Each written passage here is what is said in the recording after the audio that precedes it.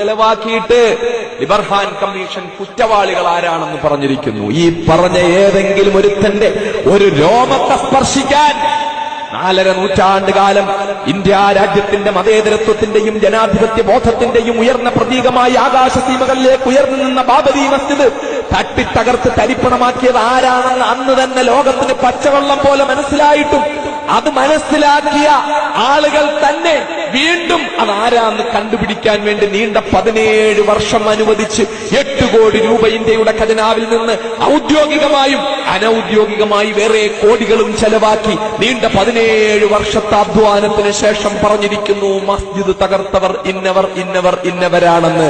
എന്നിട്ട് ആ പറയുന്ന ഏതെങ്കിലും ഒരുത്തന്റെ ഒരു രോമത്തെയെങ്കിലും സ്പർശിക്കാൻ ഈ രാജ്യത്ത് നിലവിലുള്ള ഏതെങ്കിലും നിയമത്തിന് കഴിയുന്നുണ്ടോ? ഏതെങ്കിലും നീതിപീഠങ്ങൾക്ക് കഴിയുന്നുണ്ടോ? ഏതെങ്കിലും ഭരണകൂടങ്ങൾക്ക് കഴിയുന്നുണ്ടോ?